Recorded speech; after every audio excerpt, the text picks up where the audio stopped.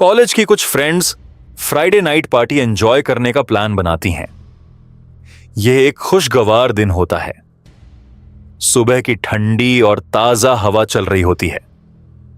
इस समय कॉलेज की क्लास बेल बजती है और सारे स्टूडेंट्स अपनी अपनी क्लास की तरफ बढ़ते हैं।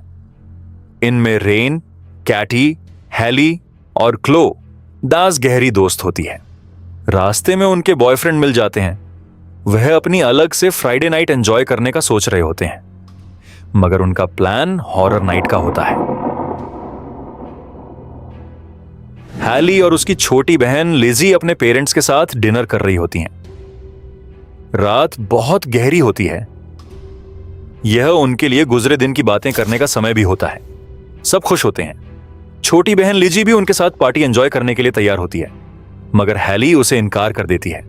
तभी दरवाजे पर बेल बजती है। लिजी जाकर दरवाजा खोलती है, जैसे उसे पता हो कि कौन आया है।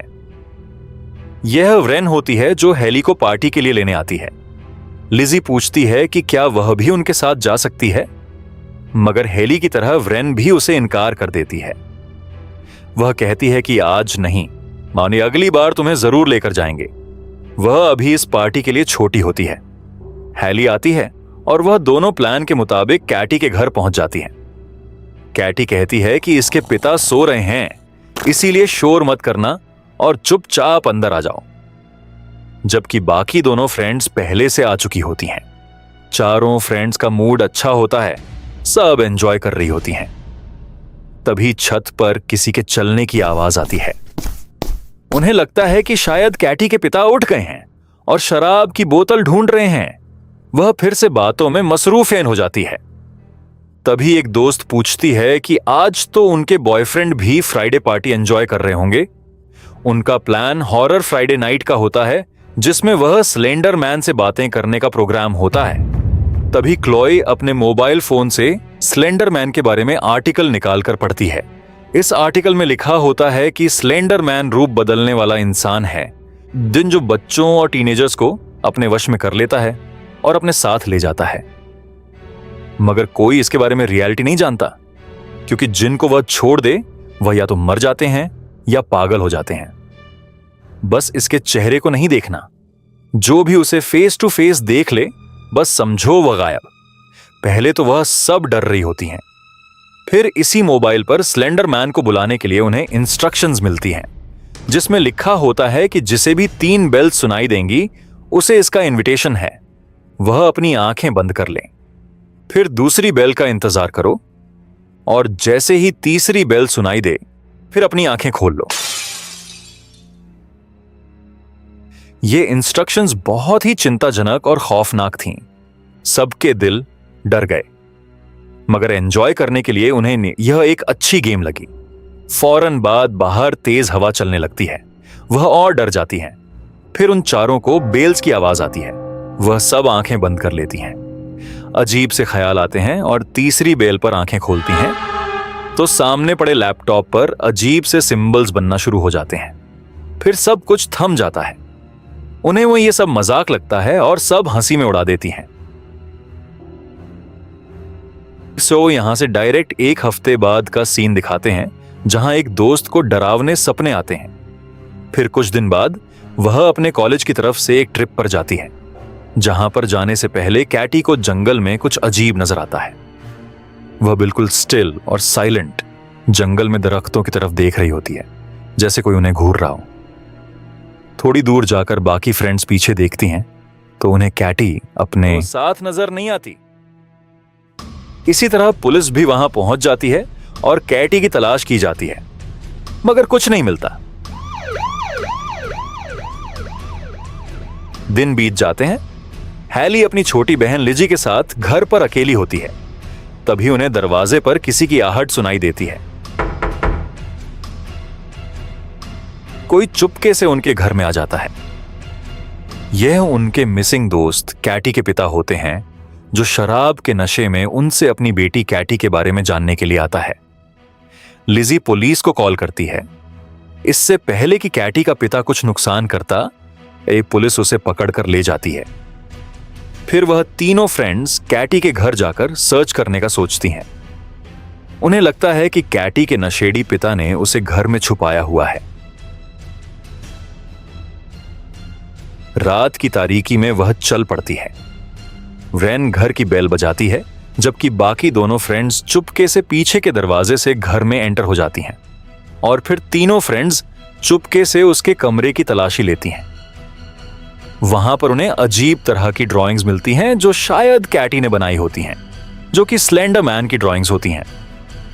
उन्हें कैटी तो नहीं मिलती, मगर उसका लैपटॉप मिल जाता है, जिसे वह चुपके से लेकर निकल आती है।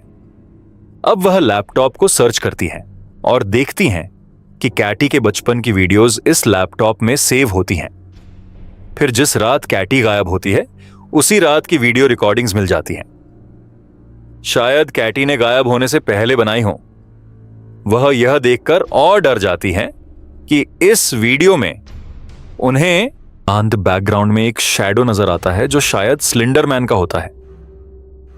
उसी लैपटॉप पर कैटी किसी अपने जैसे स्लेंडर मैन के विक्टिम से चैट करके अपना और उसका एक्सपीरियंस शेयर कर रही होती है, जिसका मैसेज आता है। रेन इस मैसेज को पढ़ती है और इसका जवाब देती है। वह लड़की इस मैसेज में बताती है कि जो भी इस गेम में शामिल हो जाता है, स्लेंडर मैन खुद उससे मिलने को बेकरार होता है। वह अपने मैसेजेस में बताती है कि वह एक वायरस की तरह दिमाग में चला जाता है। कुछ लोग पागल हो जाते हैं, कुछ को वह ले जाता है जैसे वह कैटी को ले गया। व्रेन क्लोई और हेली के साथ मिलकर दोबारा प्लान बनाती है कि जंगल में वह इस स्लेंडर मैन को बुलाकर कैटी को उससे वापस ले आएंगी। रात के अंधेरे में वह जंगल की तरफ चल पड़ती है। फिर वह अपनी आंखें बंद करके इसे बुलाती है। गेम का रूल होता है कि आंखें मग नहीं खोलनी, या इसलिए वह अपनी आंखों पर पट्टी बांध लेती है। मगर क्लोई डर के मारे पट्टी उतारकर वहां से भाग खड़ी होती है, जो कि उसकी सबसे बड़ी गलती होती है। अब स्लेंडर मैन उसके पीछे होता है। वह जंगल में गायब हो जाती है। व्रेन और हेली उसे तलाश करती हैं, मगर वह नहीं मिलती। अचानक वह उनके सामने आ जाती है। उसकी हालत बहुत ही खराब होती है, जैसे उसने कुछ ऐसा देख लिया हो जो उसे नहीं देखना चाहिए। अब क्लोई को बुरे सपने आते हैं। वह रात को मोबाइल पर वीडियो देख रही होती है, तभी उसके मोबाइल पर वीडियो कॉल आती है, जैसे कोई उसके कमरे की तरफ बढ़ रहा हो। वह दरवाजा बंद कर देती है, मगर वह साए की तरह अंदर आ जाता है। यह स्लेंडर मैन का शैडो होता है, जो उसका गला दबाकर मारने की कोशिश करता है। अगले रोज क्लोई कॉलेज नहीं आती। अब व्रेन और हेली बाकी रह जाती हैं। हेली उसे फोन करने की कोशिश करती है, मगर उसका मोबाइल बंद जा रहा होता है। रास्ते में उसे अपना बॉयफ्रेंड मिल जाता है, जिसके साथ आने वाली फ्राइडे नाइट डिनर का प्लान बनाती है। तभी उसे दरख्तों की तरफ एक साया खड़ा हुआ नजर आता है। शायद अब हेली की बारी थी। अब रेन इंटरनेट पर इस बारे में सर्च करना शुरू करती है। वह देखती है कि इस तरह की बहुत सारी कहानियां बनी होती हैं। बहुत सारे आर्टिकल्स लिखे होते हैं, जिसमें स्लेंडर मैन ने पाइपर और बहुत से दूसरे लोगों का बच्चों को अगवा करने के बारे में लिखा होता है, जो बच्चे कभी वापस भी नहीं आए। वह इन स्टोरीज के राइटर के और आर्टिकल्स या बुक्स की तलाश में लाइब्रेरी जाती है। वह उस राइटर की एक बुक उठाकर पढ़ने लगती है। तभी उसे डरावने सपने आने लग जाते हैं, जैसे स्लेंडर मैन उसके आसपास हो। वह अपनी दोस्त हेली को कॉल करती है, मगर सिग्नल ड्रॉप हो जाते हैं और लाइट चली जाती है, जैसे कोई नहीं चाहता कि वह इस बारे में किसी को बताए। वह खुद को लाइब्रेरी में अकेला पाती है और बाहर जाने का रास्ता खो चुकी होती है। वह इधर उधर भटकती है। खामोशी उसकी जान लेने को तैयार होती है। वह शैतान जैसा इंसान स्लेंडर मैन उसके बिल्कुल सामने होता है। उसकी आंखों में देखता है और अपने लंबे शैतानी हाथ उसके चेहरे पर फेरता है। व्रेन की सांसें रुकने लगती हैं। वह मरने ही वाली होती है कि वहां पर मौजूद एक महिला उसे होश में लाती है। फिर सब नॉर्मल हो जाता है। शायद यह सब उसके दिमाग का खेल होता है, जो स्लेंडर मैन उसके साथ खेल रहा होता है। यह सब वह अपनी दोस्त हेली को बताती है, मगर वह उसका साथ देने से इनकार करती है और अपने बॉयफ्रेंड टॉम के घर पार्टी एंजॉय करने के लिए जाती है, जहां उसे भी डरावने ख्याल आते हैं और वह डर के मारे वहां से वापस आ जाती है।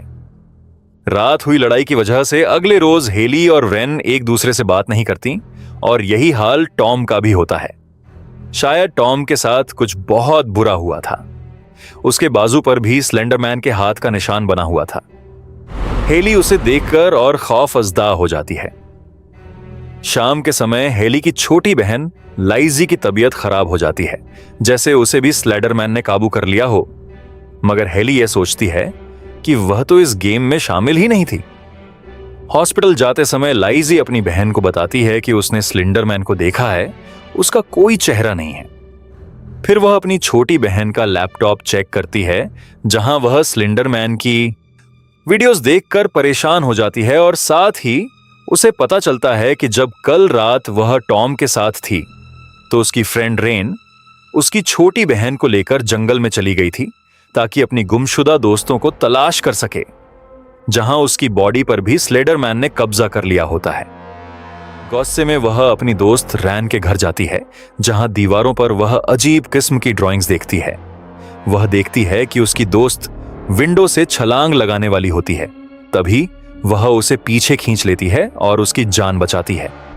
रैन उसे बताती है कि उसकी बहन लेजी खुद उसके पास आई थी। वह भी स्लेंडरमैन की गेम में शामिल होना चाहती थी, मगर अब मेरी जान के बदले शायद स्लेंडरमैन उसे छोड़ दे। अभी वह यह सब बातें कर रही होती हैं, तभी रैन के मोबाइल पर उसी तरह वीडियो कॉल आती है जैसे कोई उनकी तरफ बढ़ रहा हो। अचानक विंडो का शीशा तोड़कर लंबे लंबे हाथ निकलते हैं और रैन को खींचकर बाहर जंगल में ले जाते हैं। हेली भी उसके पीछे पीछे जंगल की तरफ दौड़ पड़ती है कि शायद वह उसकी जान बचा ले। वह गहरे जंगल में चली जाती है, जहां वह उसी शाखों वाले दरख्त के पास पहुंच जाती है जो उन्हें सपनों में दिखता है। वह दरख्त अचानक अपने असली रूप में आने लगता है। वह स्लेंडरमैन बड़े बड़े हाथों और लंबी टांगों वाली एक मकड़ी बन जाता है, जो हेली को पकड़कर अपने अंदर खींच लेता है और उसका निशान तक मिटा देता है, जैसे वह कभी थी ही नहीं। इसके बाद सब शांत हो जाता है। इसी समय लिजी भी होश में आ जाती है। वह चीखती चिल्लाती है। उसकी आंखों में आंसू होते हैं, जैसे उसने सपने में अपनी बहन को उस दरख्त में समाते हुए देख लिया था। एक डरावनी गेम इन चारों दोस्तों की जिंदगी ले डूबती है। अब स्लेंडरमैन अपने अगले शिकार चुनने के लिए तैयार होता है।